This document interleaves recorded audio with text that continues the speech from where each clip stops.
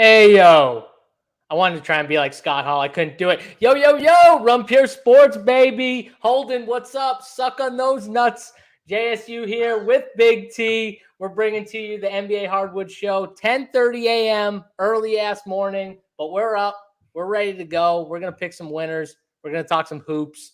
I'm going to tell Holden to suck it one more time, and then I'll let it go from there.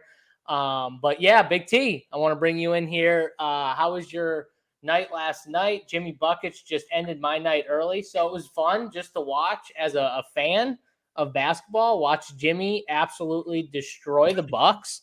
Title might still be in the fetal position, just not being able to recoup after last night from what Jimmy did to Drew Holiday, Giannis, just the entire team, absolutely owning them. You just got to give all the credit in the world to Jimmy. Playoff Jimmy's here. I don't think he wants to leave anytime soon, Tony. Yeah, I mean, just an absurd performance. And we've kind of always been on the Jimmy bandwagon, at least in the playoffs, where, I mean, I have my rankings. People can't see them in here, but he's been a top 10 player for me for a long time, and mainly just because of what he does in the playoffs. I mean, they compared it last night on the show to D-Wade, a few of his runs, and that's what it reminds me of, too. Just absurd. Just literally didn't matter who was guarding him, didn't matter where he caught it from. Spo knows how to get him in the sweet spots, too, with these play calls. I mean, just an incredible win. Milwaukee started crushing early. Looked like it was going to be a blowout like I thought it would be, and Jimmy just said it's not happening. It reminds me of all the stories from when he was in Minnesota and was beating the starters with the third-string guys, because the dude just has another gear, and when he gets it cooking, I mean, just incredible. Seriously, one of the best performances I've ever seen in the playoffs. Willed them, and now they're up 3-1, so now they're in the catbird seat because Giannis is banged up. Milwaukee needed to win that game. I know they got two more at home, but it's going to be a handful to beat these guys 3 in a row with Spo and Jimmy and these guys. So just an enormous win, because if Milwaukee wins last night, let's face it, it's over. Jimmy used a ton of energy. He's definitely going to have tough going forward, but man, incredible. So last night on the Up to Lock show, I kind of said I thought the late game studs would be the more popular, and I played Giannis and Brook Lopez, which was the total nut, but I didn't freaking play Jimmy with it. So like you, I was that close, and it's kind of how the last couple months has gone for me. I've been super cold. I made some good decisions last night, and I cashed pretty high up. I was pretty high up the chain without Jimmy. But, man, if I'm playing Giannis and Lopez and I'm not as high on the late game as much as the field, why in the world did I not play Jimmy? I did think it was going to be a blowout, so I can't be too results-oriented. But it's a 2-game slate, and it was just the right move, and I was kicking myself. Obviously, when he goes off, it's easy to say that. But if I was playing Giannis and Brook, I needed it to stay somewhat close anyways.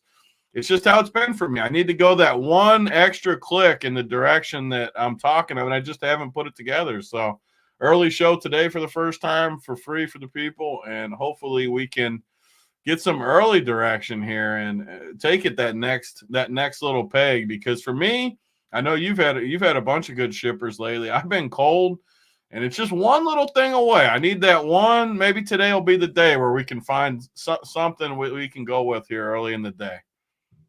Yeah, hopefully we can do that. I was kind of with you on, I played Giannis, but I played it like a blowout. Like I played it like Giannis outscores everyone at the top, but they blow him out. And, not many people from Miami outside of Duncan Robinson, who's, pretty hot himself. Yeah, I swear to God, we said it on the show. If 40% own Duncan Robinson at 4K is absolutely egregious. And I know he hit a few shots in the first half, but terrible. Can we just be honest and say it's a 2-game slate? I know it was a 2-game slate, and I'm always honest with my opinion. He's a bad I despise those plays as much as anyone. I despise those type of plays. They're not JSU plays, but if you look for a blowout, he was the one who directly benefits from the blowout because he plays I agreed either with way. you guys on the show. I still agree with it. But when you have the hindsight of 40%. Well, I didn't know he was going to come in at 40%. And I saw certain contests, he was 17, 27. I saw he had different ownerships, I think. I don't know. The bigger stuff that we play, though, he was high. Yes, no, for sure. But in some of the other stuff, he wasn't as high. But again, yeah, you're right. I didn't know he'd be 40%. And you know who loves him more? Our boy Kevin, like, literally loves Duncan, right? He loves him so much. In the chat, he was preaching about him shooting, and he makes all these shots, and the chat was just loving it. He's 18 for 23 from three. The dude's a shooter. What do we think? That's all he's good at. That's why he's in the league. Of course he can shoot. He just can't do anything else. I mean, it shows you if you can shoot really well, you're going to be in the league for sure. It's just that's the issue with his playing time, which again, like I said, the first time he got on the court, you heard it 1,000 times about how he can't defend, but he's a shooter, and man, he can when he's on. Oh, he can fill it up for sure. Yeah. So again, we don't the ownerships. If you knew the ownerships ahead of time, Tony, that would make things a lot easier DFS-wise for sure. I'd be as rich as you if I had the ownerships. No, don't let him fool you. He's still richer than me. It would definitely change things. He's still richer than me. For example, though, like yesterday, so that was some of the stuff I got wrong was the Jimmy, but like Brook Lopez was 4% on FanDuel. That's how you win a slate. And granted, I didn't ship the full thing, but had a pretty good night. And like 4% Brook Lopez, you've talked about it all year. I've heard you talk about it. When Giannis is in there, like this dude has, you saw it last night, 60-point upside unowned. I mean, that's why I was kicking myself because I had the two that both got 60 plus. Man, if I just play Jimmy, it's because I like the cheap values. Vanderbilt, those guys that did good in the second game, I would have had the team, and I just didn't. And I've been kicking myself all night. And I know everyone says this. I don't want it to sound like that I'm being results oriented. It's just I should have played Jimmy with the team construction I had because I like the cheap guys in the next game. It's funny when you break it down. I remember breaking it down yesterday, and I went through every player the Bucks had, and I'm like, Giannis, too cheap, right? All these other guys until Brook Lopez, they're too expensive. And then I got to Brook Lopez, and I said, Brook Lopez is the only one I can make the case for besides Giannis, where his price tag is what it honestly should be, if not a little higher. So you can make the case he may be too cheap. And the problem for me with Brook Lopez is I was thinking blowout, so I wasn't playing Jimmy. If I went Giannis Brook, I personally would, in my head, I'd have to play Jimmy if I played like two spends from the Bucks. So I didn't play Brook, of course, and then I didn't play Jimmy, so I just ended up with Giannis. But those are things in my head on small slates. Like if I spend for $2, I have to play the best player on the other side. Like I just can't not do it. And that's something where sometimes it helps and sometimes it bites you. For me, it didn't help because I didn't play either of them. But yeah, that's the flip side of the two gamers too. It's like if you faded Jimmy and even Brook, like, man, you're in tough shape. You're gonna have a hard time getting there with that many points. Tillman and AD over Brook and whoever, you're in tough shape. Like you're in real tough shape when you. And the flip side is like we always talk about how you can use SaberSim and stuff. Just say somehow you got lucky enough and you had my path, but you played Jimmy. Man, you can get super creative because you're sitting on just the mortal. There's not many times where you can just know you're sitting on the mortal stones. Where you got those three guys, you can get creative with people in the second game throughout your builds.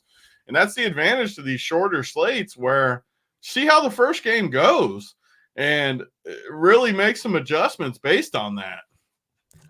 I will say too, like for people in there talking about Jimmy, and Jimmy was amazing, but don't get it twisted. They needed all of Jimmy's 50 plus points. Like, because the Bucks were playing really well. And like the Bucks just lost it at the end when Jimmy just went complete nuke, kind of like the first quarter when Jimmy was nuking. And then it kind of stalled out a little, Tony, for a little bit. They would have got blown out if he didn't nuke the first quarter. Yes, exactly. This is my point. He scored 20 straight points, Tony, in that first quarter. 20 straight points in the first quarter. But because of what he did in the fourth, we all kind of like gloss over it. But they could have been blown out in the first, where it wouldn't have even mattered in the fourth what he did. They still would have been, it would have been too big of a margin to get back from. So I think that's something that Jimmy was just amazing.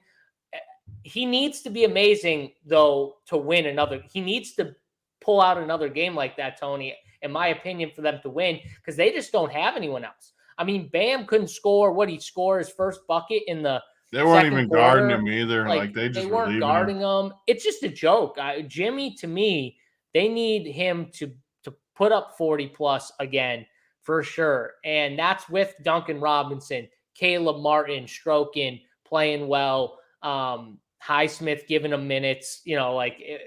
We'll see. We'll see if they can do it again. Obviously, they're up and they're in the best position, but we don't have that game today. We've seen this from Jimmy before, though. Like he's done this. Like this is not the first time. He just, man. Jimmy, I mean, the Heat have been where they made it to what, the Eastern Finals last year? Yeah, in the bubble, the finals. They caught the Celtics last year. I mean, what's wrong with losing to the Celtics? I mean, and it went 7, right? No, I don't think it went 7. I thought like Jimmy had shots at the end of that series to like win it. Maybe it was someone game help 6. me. I don't think it went 7, but I can't remember. I remember exactly. Jimmy just ran out of gas. Jimmy definitely ran out of gas in that series. And he was 100%. Like amazing. If he made a few shots, they would have won. Okay, it went 7. Coach. And I'm almost positive the Heat like had a chance to win. It's just Jimmy ran out of gas at the end. I remember because he pulled up for that 3, remember? And everyone criticized it. He pulled up, and if he hits it, they win. And everyone's like, how did you pull up for 3? And he was wide freaking open. That was how close they were. And they were in the bubble, too. So, like, Miami has been better than, and myself included. I still think they, like, suck. But when you have one guy that can literally just nuke, like, he was better than Giannis. He just nuked Giannis even. He owned Giannis a few times, too, like, on offense. Like, he had Giannis switched on him. He just scored on him like it was nothing. Oh, yeah, in the paint, too, Tony. Like, in the paint. And it was easy, too, like the little flip and, like, easy work. Oh, yeah, he spun him around. He's incredible. Impressive to watch. That's what I'm saying. I really don't know if the Bucks, like, I think the series should be close to even right now, even though they need to win 3 in a row just because of how much better Milwaukee is. I'm sure you can get a slight plus number. I haven't looked at the series price, but I guarantee Milwaukee's a slight plus. I just don't know if they can beat Jimmy 3 straight times. That's going to be tough. It's definitely going to be tough. Jimmy, to me, I don't think people in now people are looking at him like he's probably one of the greatest players in the league right now. But before this game, I don't think people look at him that way.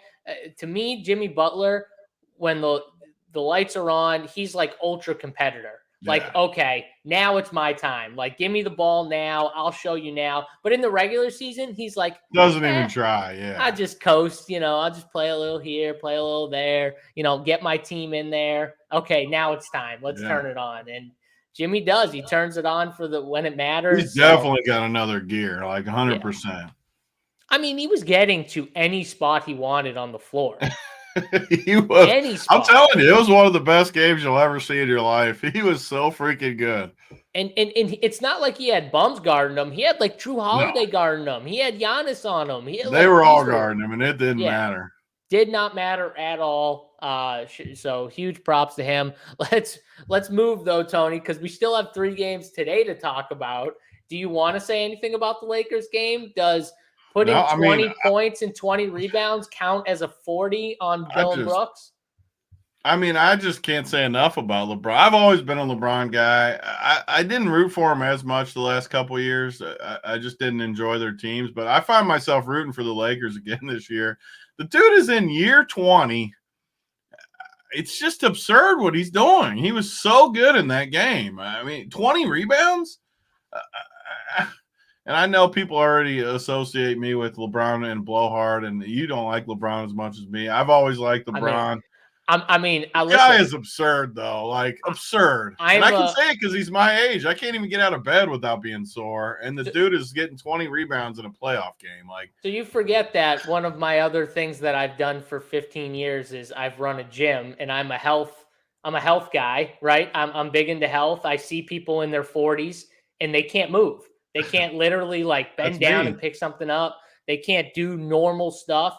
And this guy LeBron is friggin' trucking down the lane, moving people out of the way, dunking on people, 20 rebounds. Blocking shots, like going Blocking up shot- and yeah. freaking blocking shots at the rim. As a player, what can you say? The man is amazing. I want to know what he takes. I want to know his whole regimen. I want to know the supplements he's on. It's easy when you got an unlimited budget and traders. Not easy. I don't. That came. It's easier for sure. Yeah. It's easier, but you wonder though, why aren't some of these other guys doing exactly what he's doing? Because whatever. Not everyone has that drive. He's just ridiculous. Just.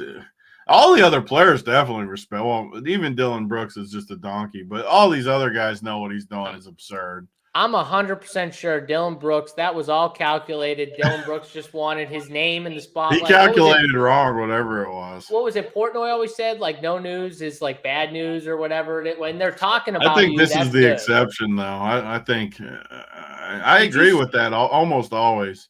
Did you see the play where AD blocks him? He's waving the finger at him as he's in the corner, and then he gets the ball in the corner, chucks up the three, and the three goes like way over the rim.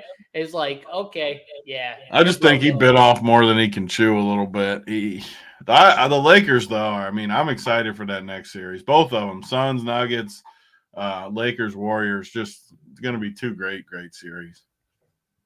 Love it. Let's move on. Talk about the Atlanta series with Boston. We got the news that DeJounte Murray. Are we echoing again? Somebody's saying we're echoing. What?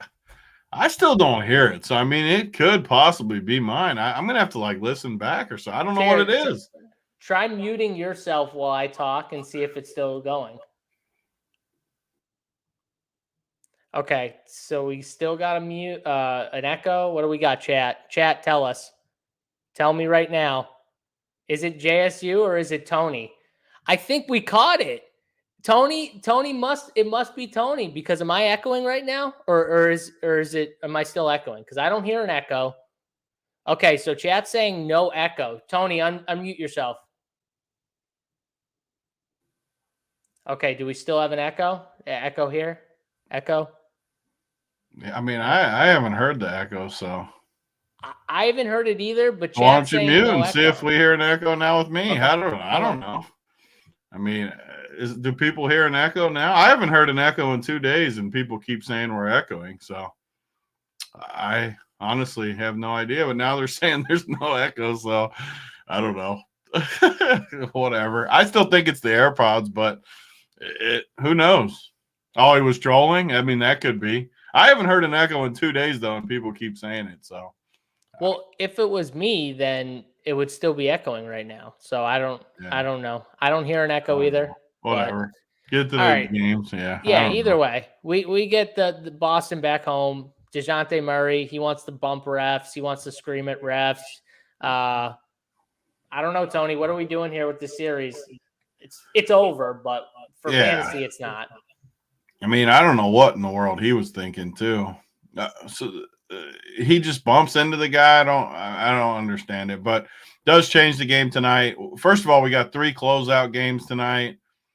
All 3 look like what odds can we get out of curiosity? I know this is always what happens on our shows where we take forever to get to the actual games, but I just don't see how one of these teams loses tonight. So you got Boston, Denver, Phoenix. It's still minus 200. That's actually a good price, though. These 3 teams are going to win. Minus 200 is a little bit of a stretch, though, for 3 teams. I don't know if that's much value. So scratch that. But obviously, we're going to have to figure out how to navigate this where you got 3 spreads, all pretty big. And honestly, Atlanta with the suspension they just looked at all these teams. I guess Minnesota, I guess you could argue, maybe they could show life after they won one. They've been competitive a little bit at times during the series. But even them, they lose Kyle Anderson, who's been a big part. And so just back to the first game before I get too sidetracked with Tony, you're sidetracking us. That's my job. I know this is always what happens where you start going with it. But just as far as the Atlanta side, so DeJounte's a big part. He's gone. which makes Bogdan. We've been playing him already, even with DeJounte.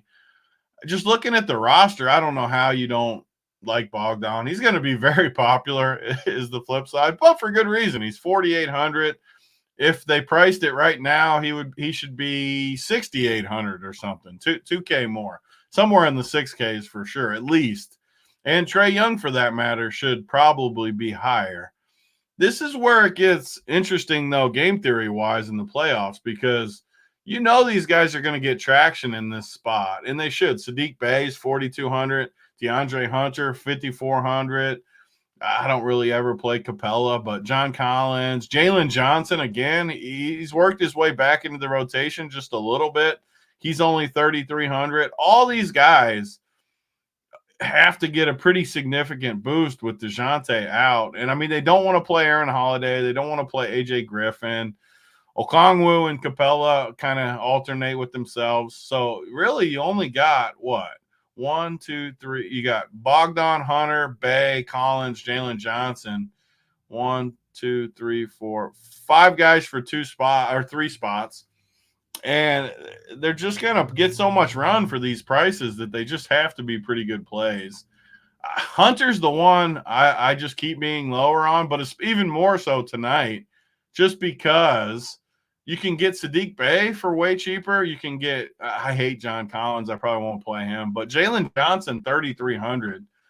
He just has to be one of the better values. And if it somehow blows out, he's going to get that run too. I just think you're secure both ways. Kind of how you talked about Duncan Robinson yesterday.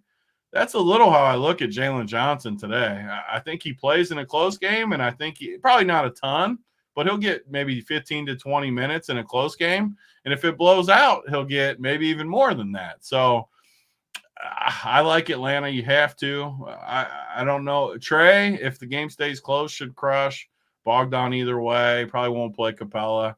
And then the Boston side, Derek White, 6,200. It all depends on how close you think this game stays. If it stays close and Atlanta doesn't quit, like all these guys are going to be pretty good plays. Horford's cheap. Big Bob coming off a good game is cheap. Smart still 6K. These same guys we've been playing the whole series just have to be in play. And then you got obviously Tatum and Brown, who you can always play, stacking up against the other studs. So for me, it's more Atlanta on this side, but that's how everyone's going to be because DeJounte's out. So it all depends on if you think the game can stay close or not. I think this game blows out. So we got to decide what to do with that aspect. And for me, the Jalen Johnson's the guy, and he doesn't project that amazing. So we'll see. Because his minutes are tied to multiple people is the problem. That's the issue here. So I don't know if it's him or if it's Saddiq Bey, DeAndre Hunter. What's wrong with DeAndre Hunter, by the way? Why do you hate him so much? I like him as a player. I just don't like him as fantasy. He doesn't do anything. I don't know. I don't like him. You don't like 40? I mean, I do like 40. You're a hater of him. I don't know why either. I don't know what he does. It's the most shocking that you like him, actually, he's not a JSU type guy. I think he's just a good player. Like, I think he's a good He's definitely a good player. Yeah. And I think in the playoffs, I think guys like him get a little bit more because teams want him to be the guy to score. Like, teams want him to be the guy that, tries to make plays and, take it out of Trae's hands, put it in his hands, which we've seen in a few of these games. So, yeah, I mean, I don't know. It's whatever. I think that 5,400, I hate it even more than usual. Like that price is crazy. I mean, I think Saddiq Bey is the play. There's no way I'm playing John Collins. John Collins, how many times does this dude have to shoot 1 for 9 before we put his ass on the bench? Like, what does he have to do to not get 25 plus minutes in this series? Like, the man is terrible, like horrible. I don't understand it. Saddiq Bey is way better for this matchup too. I don't understand it. Jalen Johnson's, we've already talked about this. We just think he's straight up better. Like, I don't understand what they're doing, but if you think it blows out, then that leans to more the Jalen Johnsons type plays, the Saddiq Beys anyways. So yeah, I'm kind of more on that side. Obviously going to be higher on Atlanta than Boston, but I'm not going to chase Robert Williams. I'm not going to play Al Horford. He's killed me enough in this series. He's just going to keep getting me 25, which just drives me nuts. But I don't know. Maybe it's just a guard, like a Smart or a Derek White with one of the studs, like a Brown or a Tatum. And then you play the cheap Atlanta guys. But I'm with you. I think this game kind of could blow out. So I don't have to go too crazy with it. It's definitely more the Atlanta side for me. What are you seeing here with Boston, Tony? Because you talked a lot about Atlanta. Is there a Boston guy you like over the rest? Honestly, if I think it's going to blow out, and I do like other spots, I don't see any of these Boston guys I have to play. I mean, obviously, I like Tatum. Everyone's going to like Tatum. So the chat's saying I'm echoing. I took the AirPods out. The only thing that I do different that Big T doesn't do is I put myself on mute when he's talking. I'm telling you, I wonder if it's that. I wonder if it's your side that's I'm echoing when I'm talking, but I wonder if it stops when you mute. Yeah, I mean, I don't know. I don't. Yeah, and then some people say you're not echoing. I have no idea. I don't know. I still haven't heard an echo. So, like in 2 days, I haven't heard the crazy part. Normally, like if you're echoing, do you hear it? Huh? Do you hear the echo ever? No. Yeah, I usually hear the echo too. It happens every once. I refuse to believe it's not the AirPods personally, but well, I took them out. I know that's what's weird. I don't know what. I don't know. Yeah. But we're not going to figure it out while we're on here, though. So yeah, so whatever. The chat's going to have to deal with it on and off until we figure it out later in the day. Well, there's no Fallic was some people. I truly believe only half the people hear it somehow. But yeah, Boston. I honestly don't think I'll go with much. I mean, just talking at the top, I'm going to play Yoke over Tatum for sure. Trae Young is going to be more popular. KD in a closeout. Jamal. I mean, all these guys at the top I just like more, I think, than Tatum. Tatum's fine. I would not make fun of anyone for playing Tatum. So I think Boston, if you somehow think it stayed close, just stack this game. Any of the 3 games for that matter as we go through. If you think any of the 3 games stay super close, I would just stack that game because we've talked about it all playoffs. When these games blow out and the other game stays close somehow, and chances are one of these games will stay close tonight. They're not going to be 3 blowouts, more than likely. So you just get a huge edge when 2 of these games blow out and you stack the other game. So even more so than usual, I think it's viable. Yeah, is Young a lock? Rizzo says. I don't think he's a lock just because of the blowout factor, and they could lose really ugly. So he is definitely one of the best plays, though, at 8,600, 100%, but definitely not a lock for me. I think Bogdan's close to a lock, though, at 4,800. This is what I think. If you're playing more than 2 Hawks, you should have Trae. Yeah. That's the rule I think you make. And people are going to do that. So just in general, like when you run the optimizers, you're going to have Atlanta guys. I just ran 150. No changes from anything. 5 of the top 7 players on the slate are Hawks. So as far as just straight projections, ownership, and that will naturally put Tatum in there. So the chalk build of the night is for sure going to be this game. And what you do with that is up to you. My opinion in these tournaments where we're trying to get to first is fade it a little more and just hope Boston just pounds them and you get – but that brings back in guys like Jalen Johnson, though. That's why he's probably my favorite because I think he gets there either way. And you know what? At 3,300, even if he gets 8 or something, he's not going to end my night.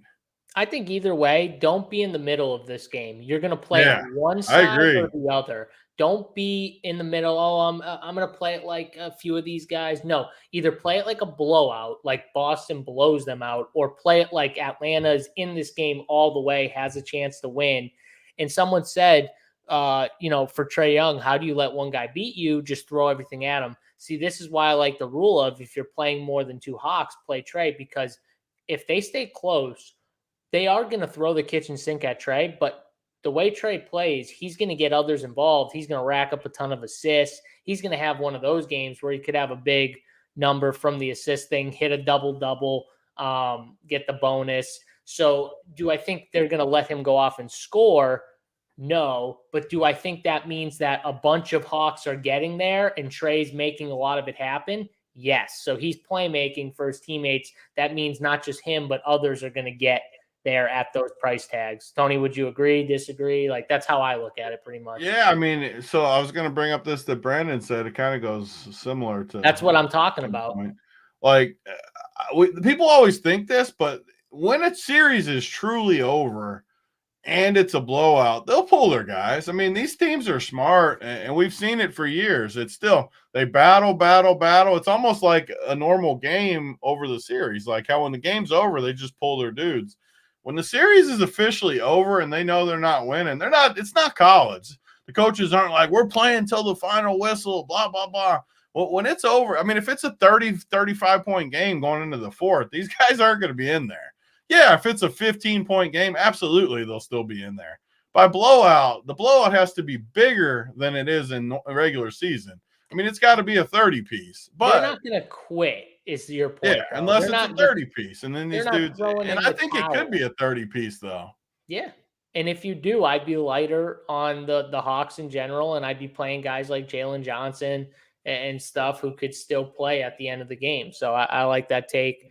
And Saddiq Bey, guys like that. That's why, honestly, I like the cheaper one. Like, I'm never playing Capella, but that's probably the direction I'll go. Obviously, we got a lot of day left, but Saddiq Bey, Jalen Johnson, Okongwu, those are the three I like the best in both scripts. Well, besides Bogdan. Bogdan's the easiest, best play for sure. I was going to say Saddiq Bey and Bogdan for me, then Hunter, then Jalen Johnson, Trae Young, but they're all kind of. Okongwu was due for a blow up too.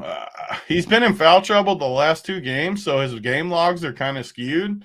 He's 4,400. We still think he's better than Capella, and he's got the younger side going for him. Where if they just decide they need a change, it could fall on Okongwu too. So I don't know. I kind of like these lesser tier Hawks with you, where. Besides, I keep coming back to Bogdan. Like, I can't fade Bogdan no matter what. I don't think so. Him with these lesser. I don't know about Trey though. I don't feel like I have to play Trey. I don't feel like I have to play him either. I'm just saying, like, that's when I'd put him in the mix, is once I start playing more than like. There's nothing wrong with a stack in this game too. Yeah. The way the series has gone, it's been a somewhat close series. So there's nothing to say this game can't stay close just because they think. Okong is priced up. He's not priced up that much. He's and don't be afraid too to like play 4 Hawks and no Celtics. Like, yeah, those are routes where you can get there and be a little different too. Especially without Trey. Like 4, if you play no Celtics, like the Trey, I'd play Trey with Tatum and then the Hawks just to lead it all to a game stack. But if you think it blows out, like you could play Bogdan, Bey, Jalen Johnson, Okongwu or something, and you know how mint you'd be if you got those 4 and the game blew out. Like you'd going be so into mint. Murray and Ant or Jokic and Ant or something like that. Like, yep, you just be able to plug in the late studs wherever you want. Like, man, you'd be so nice.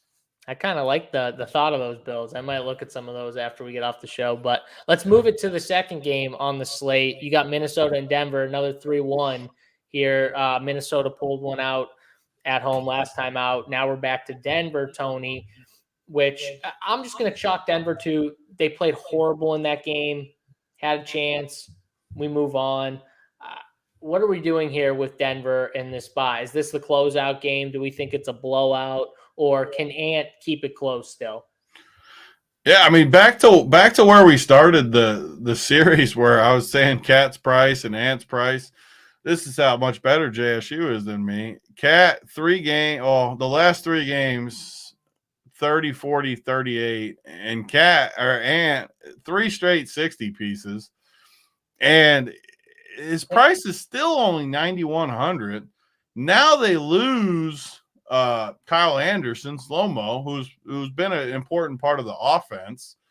I mean, the dude has played 42 or more minutes and 60 fantasy points the last 3 games. I just don't know how you really get away from that. And on top of it, like when I run my 150, he only hits where's it at? I got to scroll down to even find him. He only hits. What? How far down are you scrolling? Honestly, he doesn't even hit my 150. He doesn't hit a single percent. What do you have him projected at right now? I mean, I didn't change anything. So he's what is it projected for 48.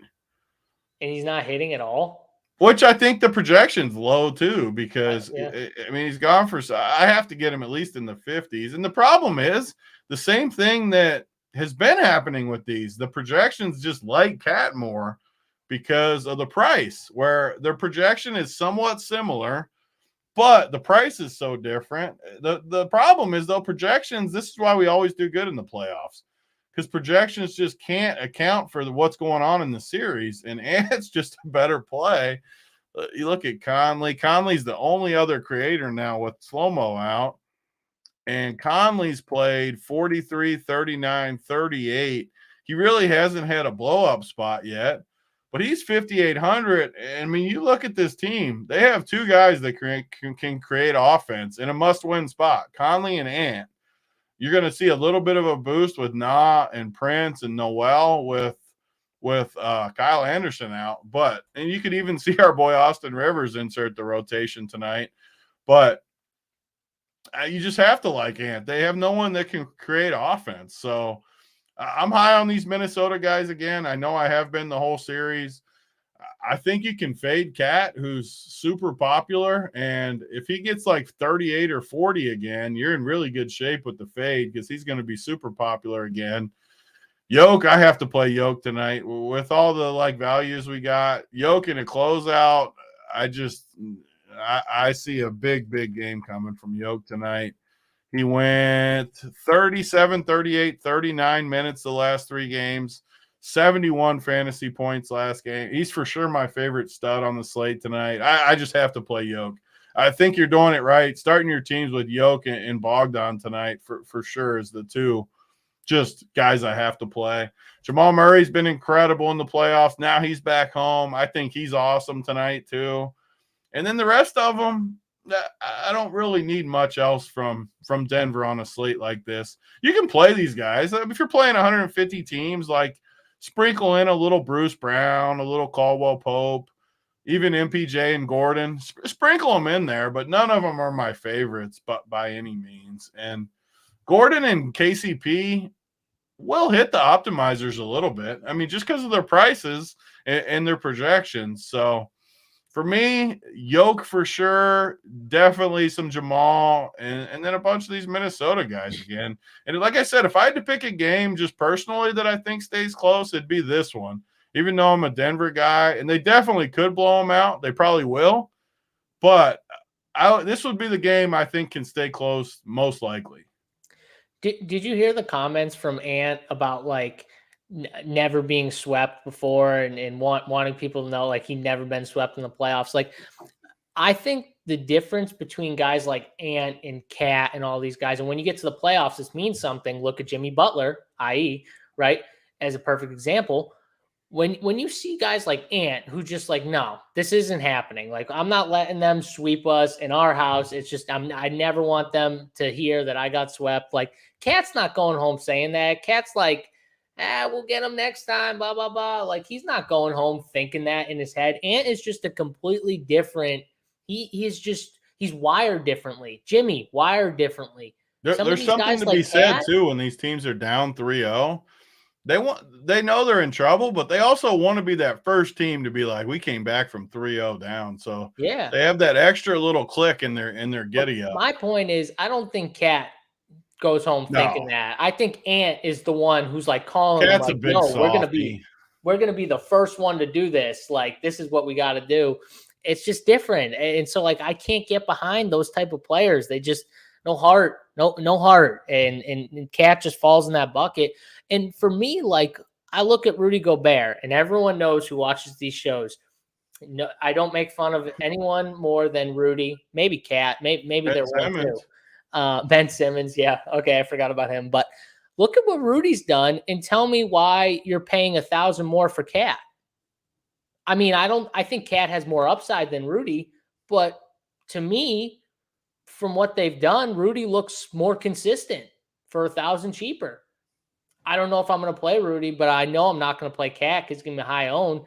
I'm just saying, like, man, Rudy Gobert looks way more consistent to me than Cat for 1,000 cheaper.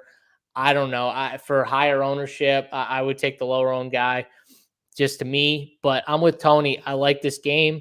I like Ant a ton. I'm going to bump his projection up to where he's definitely hitting. I mean, the man's putting him 60 burgers.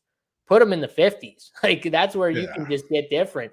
Put him in the damn. I did it last slate. And you know for a fact he's playing 43 minutes, 44 minutes. So I bumped him up to 50. I can't even remember exactly. It was 50 something. I put him ahead of a few of the other studs, but I knew he was going to hit at that point on my teams when I was 150 in that slate, because I wanted to make sure I got a ton of Ant.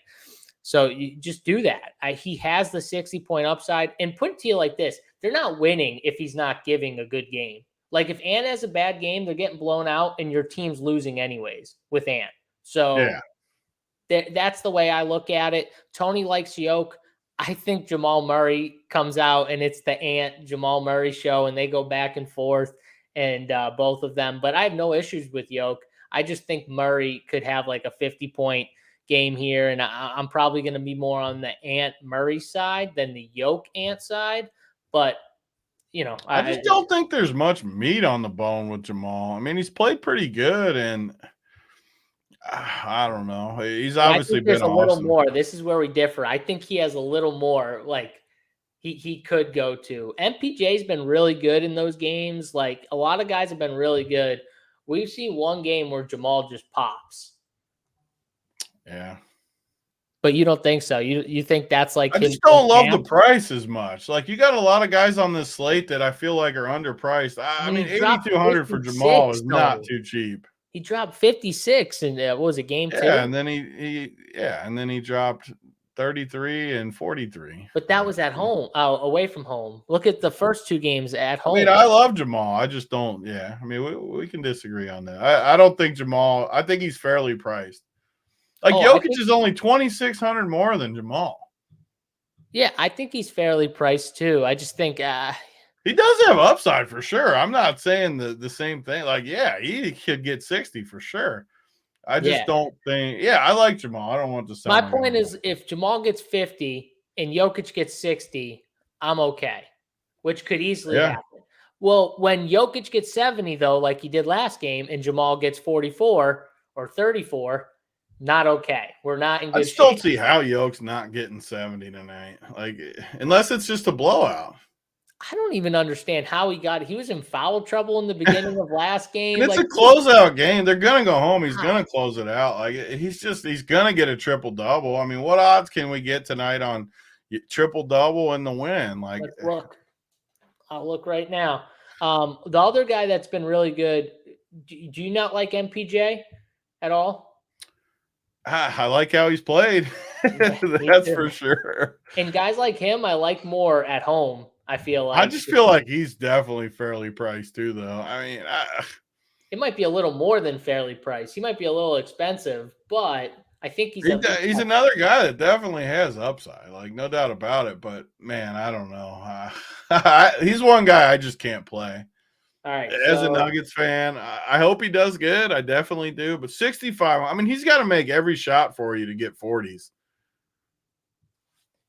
So I don't know. I think the Nuggets are one of the easier teams, like, on this slate. You play Yoke or you play Jamal, and you just move it along for me. I think you could possibly play them together if you think this game stays close. It's almost like my example from yesterday, right? Like, if I play Yoke and Ant, why not just play Jamal too? And then I got my little 3-man, and then I can sprinkle in the Hawks value or whatever other values I want with those 3. Yeah, I mean, that's a good way to kind of put it. I guess you get the Hawks value, and then you play 1 or 2. I like the idea, though, of playing 1 or 2 of these studs from this game. I like that idea. Play Ant with your favorite stud from Denver, And then you fill it out with the last game. Before we move to the last game, Tony, is there anyone we didn't hit on that's like kind of cheaper? I know people, The Jordan in the chat. Minnesota guys for sure with slow-mo out. I mean, you have to look at. I think Noel is interesting just because he's that 3,100 price point. And how many minutes? So how many minutes was he playing? I mean, the problem is they're playing big minutes.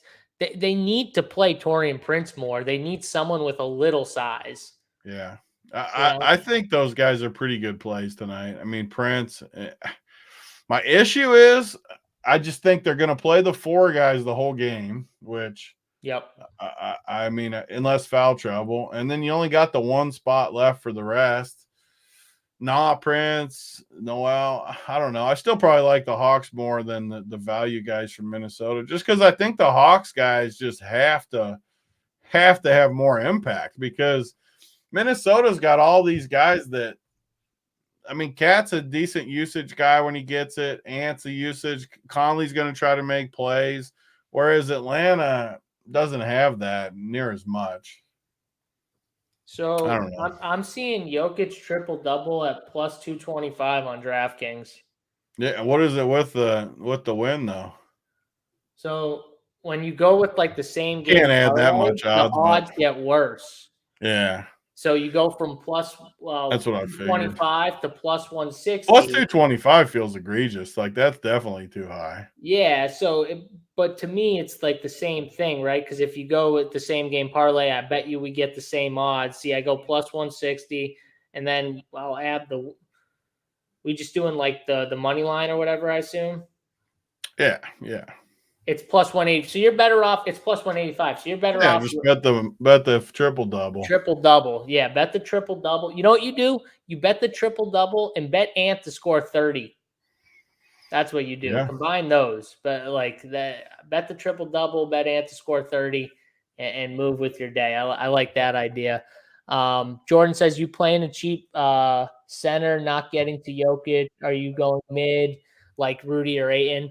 Honestly, I feel like on this slate, we're going to have the value we need, and it's not necessarily going to be at center, but guys like, I'm sure Rob and Al are fitting builds.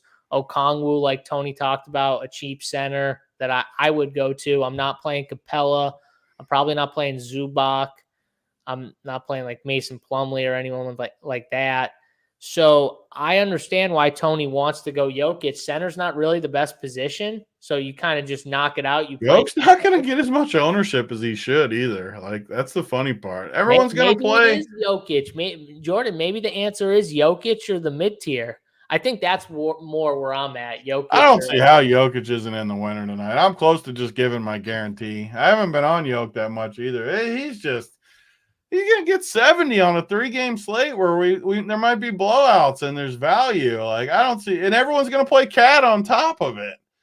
So, I mean – and Capella Capella's going to be 30% owned tonight. Oh, yeah, for sure. Just play Jokic and get the 70 and move on. Yeah, plus 380. Jokic to triple-double and Anthony Edwards score 30, plus 380 if you want to bet that. But – yeah, I mean, that's my issue with center is we'll have to see once I construct, but you got Minnesota value, you got the Hawks value. We're going to get to another game where there might be some value from this game. So I don't know. We'll have to see where I land at center. Right now, I think you could play Rudy. Honestly, I hate Rudy, but I think you could play him, get you 35. I don't know, but Yoke, to me, if he gets 70, you're screwed. So yeah, I can't play Rudy. I can't play Towns, so we're in a stalemate here. But I can't play Ayton either. As we move to the last game on the slate, he's another guy I can't get behind because he just stinks, man. I know he had one good game, but he had a really good game and he dropped 39. I don't know. I can't play it. And you would think this matchup, he'd be able to dominate too, is the funny part. And he just doesn't, Tony. I don't know what it is about him. Maybe it's just that there's KD and he's frustrated because now there's another D-Book type, get me the ball. So he's like the 4th guy now. I said last slate, though, I loved Chris Paul. I think I was on with Title. Title loved D-Book. I said Chris Paul's the only guy I'm playing from this game. Finally, we got the ceiling Chris Paul game. He puts up 51. Hits some shots. He didn't even get the double-double, too. He had 9 assists. He had 6 stocks, though, which was a big thing for sure in his 51. But, Tony, he's still 7-3. I mean, for the price, he has to look like one of the better plays in this game with price included. Yeah, and the interesting part last game was all 3 of the studs got 50 plus. You don't usually see that, which it does make sense on this team, though, and it also hurts Ayton because none of these other guys are going to get usage. If you got 3 studs that are all ball dominant, there's just no usage to go around, which kills Ayton. Ayton was better the last couple of years without KD, where you got 2 ball dominant guys and then some off the ball guys like Bridges and Cam Johnson, and those guys are off the ball guys more. And this year, though, you got 3 ball dominant middies. I guess Booker, you could say, isn't full mid range, but he's good in the mid range too. Mm-hmm. That's the hard part for me. And I definitely think the Clippers quit. So they had a chance for a minute there. I'm more confident in the Clippers quitting than anybody of the night, just because they're veterans. They've been here. They pretty much know they're not beating this team 3 in a row, no matter what. And Kawhi's out, injuries. I just don't see it. Like, Westbrook's played great. For me, and you always talk about this is why you're so good at these short slates, just get rid of a game. For me, the Clippers side is the easiest get rid of. I mean, you got Norman Powell, 7,400. He's the other guy I like. I'm not paying 7,400 for Norman Powell on this slate under any circumstances, unless you think it stays close.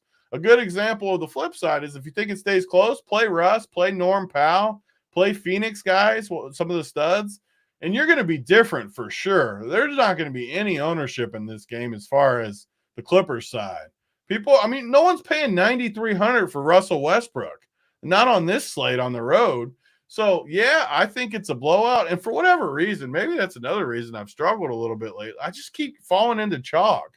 And, like, everything I say ends up, like, I hate the Clippers. I look at the ownerships. Everyone hates the Clippers. So I'm not even saying anything. I just keep being too chalky without even trying to be. So I don't know. Like, I don't like these guys, but Russell Westbrook at under 10% owned, he's had a great series. I mean, what's his? Maybe he's a pivot off of Ant or something. If you wanted to be more contrarian, 54 and 66 the last 2, 45 and 44. So I don't know. I think they quit. I don't like the Clippers, but I'm giving you a flip side for sure that ownership wise, you can get on this game and be totally different. And who knows what happens when the first 2 games blow out and all of a sudden you're sitting on all these low-owned late guys and you just need the game to stay close. You're sitting pretty good. But for me, I'm still just playing the main team every day plus some multi-entry. So I won't be on it, but I gave the flip side. And then the Phoenix side, there's no way I'm playing anyone but the studs. Like I said, I'm playing Yoke tonight, so I don't really want 2 guys, which means it takes me off of KD and Book. Book's been amazing in this series too. But CP would be the only guy for me here, 7,300. I don't know if I'll get to him, but he's the only guy in the game that I could make a case for in my mind. I will tell you right now, I know you don't like the game. I don't really like the game. I think I feel very comfortable that it's probably a blowout. But with all the things you just said, this game fits perfectly with 4 cheap Atlanta guys.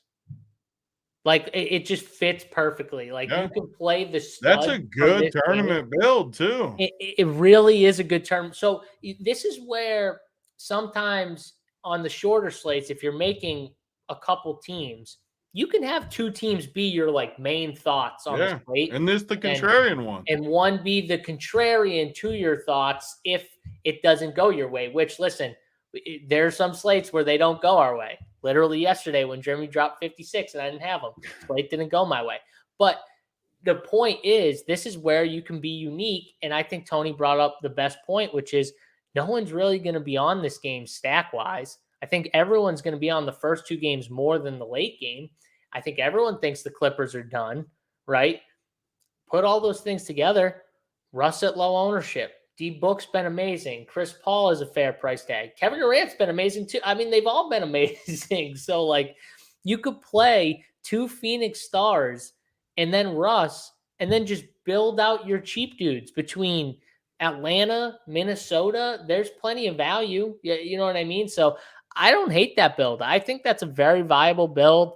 I'm just like looking at what it would look like right now, and I can see it. I could see 4 guys from this late game and 4 guys from the Atlanta side, and you can build it easily. Like, I just built one right there, and I like everyone in this game. So yeah, I mean, this is definitely a build I could see myself going just for low ownership at the end.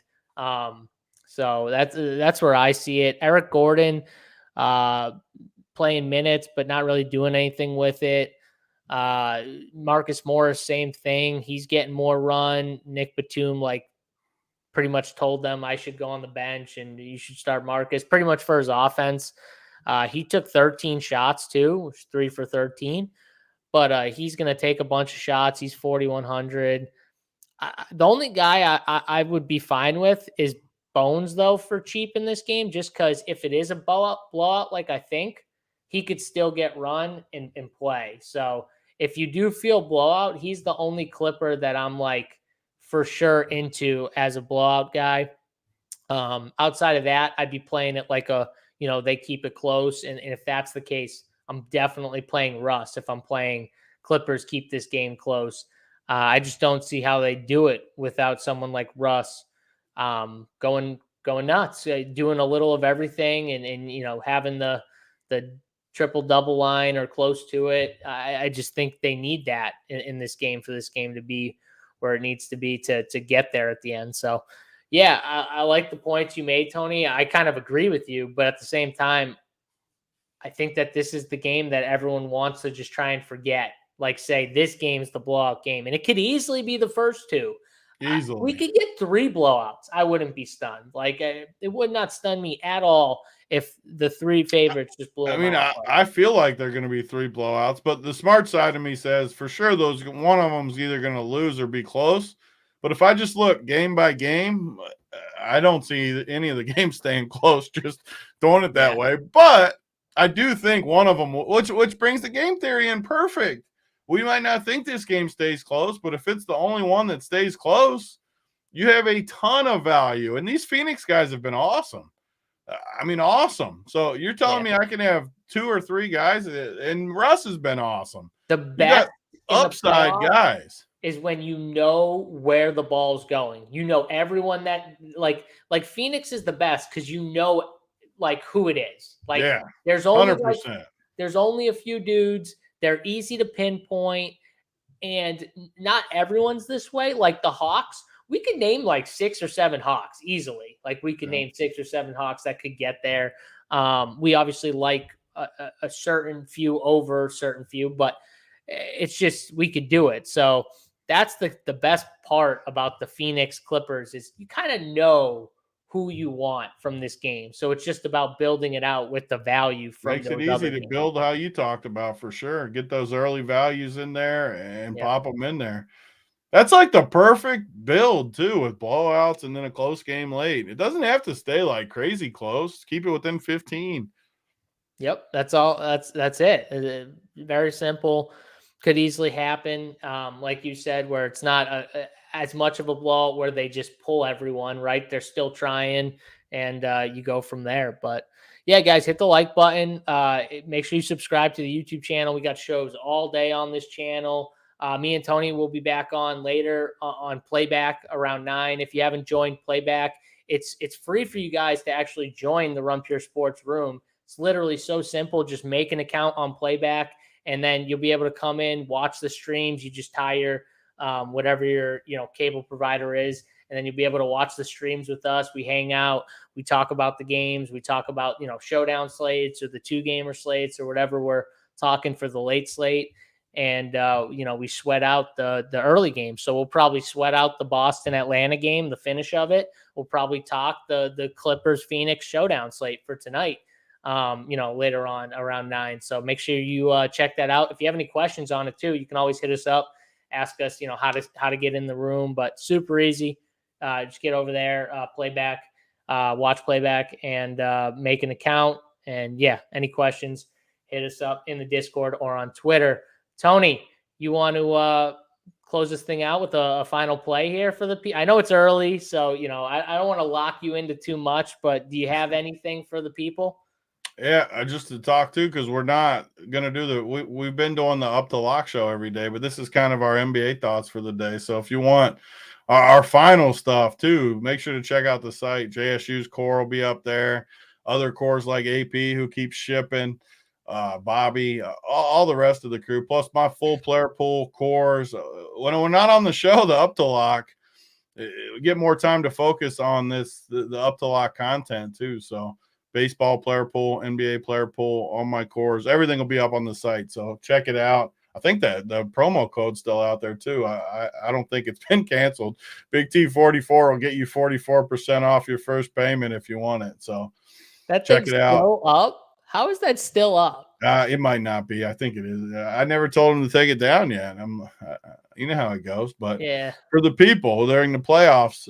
So I saw one thing real quick before we get out of here, and I saw K Falic ask again about it in chat. What does K Falic think about Campaign being back in the rotation? That's definitely a Kevin question. If I've ever heard a Kevin question, that's a Kevin question. So what I think is the minutes come from Josh Okogie, and a mix of Josh Okogie and Landry Shamet maybe, and he plays like 10 or 12 minutes max, and Chris Paul still plays 38 in a close game. So that's what I think. And he was actually hurt, so I don't think they push him either. So I wouldn't be messing with Campaign. I get the blowout. Campaign might crush, but they could easily just go to the next guy. The Landry Shamet, the Saban Lee if he's there.